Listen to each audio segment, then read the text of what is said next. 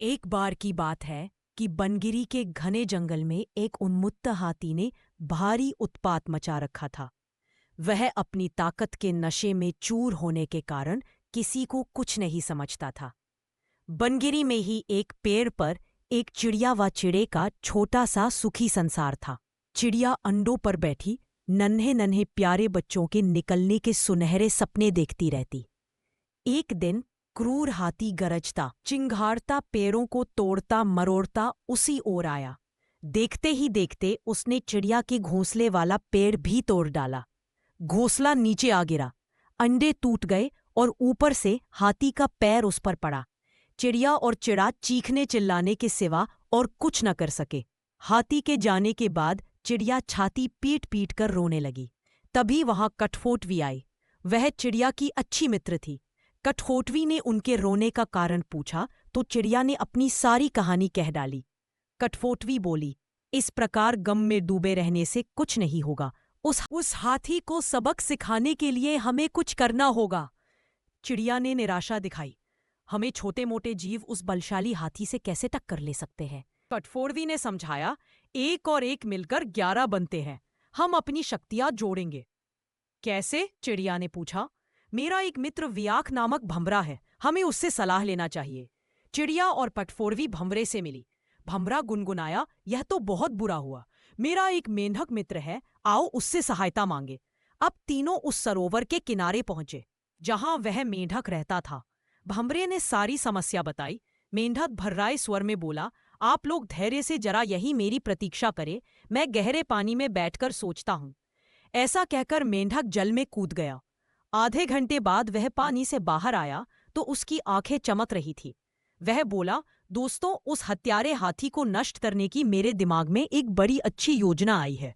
उसमें सभी का योगदान होगा। मेंढक ने जैसी ही अपनी योजना बताई, सब खुशी से उछल पड़े। योजना सचमुच ही अद्भुत थी। मेंढक ने दोबारा बारी बारी सबको अपना अपना रोल समझाया। कुछ ही दूर वह उन्मत्त हाथी तोड़फोड़ मचाकर वह पेट भरकर कोंपलू वाली शाखाएं खाकर मस्ती में खड़ा झूम रहा था। पहला काम भंवरे का था। वह हाथी के कानों के पास जाकर मधुर राग गुंजाने लगा। राग सुनकर हाथी मस्त होकर आंखें बंद करके झूमने लगा। तभी कठफोड़वी ने अपना काम कर दिखाया।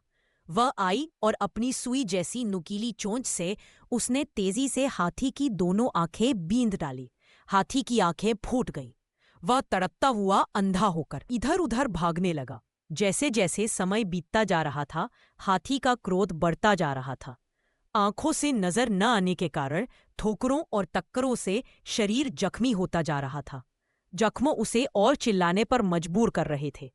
चिड़िया कृतज्ञ स्वर में मेढक से बोली, भैया, मैं आजीवन तुम्हारी आभारी रहूंगी। मेढक ने कहा, आभार मानने की जरूरत नहीं, मित्र ही मित्रों के काम आते हैं। एक तो आंखों में जलन और ऊपर से चिल्लाते चिंघाड़ते हाथी का गला सूख गया। उसे तेज प्यास लगने लगी। अब उसे एक ही चीज की तलाश थी, पानी। मेढक ने अपने बहुत से बंधु बांधवों को इकट्ठा किया और उन्हें ले जाकर दूर बहुत बड़े गड्ढे के किनारे बैठकर टर्राने के लिए कहा। सारे मेढक टर्राने लगे। मेढक की टर्राहट सुनकर हाथी के कान खड़े हो गए। वह यह जानता था कि मेढक जल स्रोत के निकट ही वास करते हैं। वह उसी दिशा में चल पड़ा। टर्राहट और तेज होती जा रही थी। प्यासा हाथी और तेज भागने लगा। जैसे ही हाथी गड्ढे के निकट पहुंचा, मेढकों ने पूरा जोर लगाकर टर्राना शुरू किया। हाथी आगे बढ़ा और विशाल पत्थर की तरह गड्ढे में गिर पड़ा, जहां उसके प्राण पखेरु उड़ते देर न लगे। इस प्रकार सीख एकता में बल है। अहंकारी का देर या सबेर अंत होता ही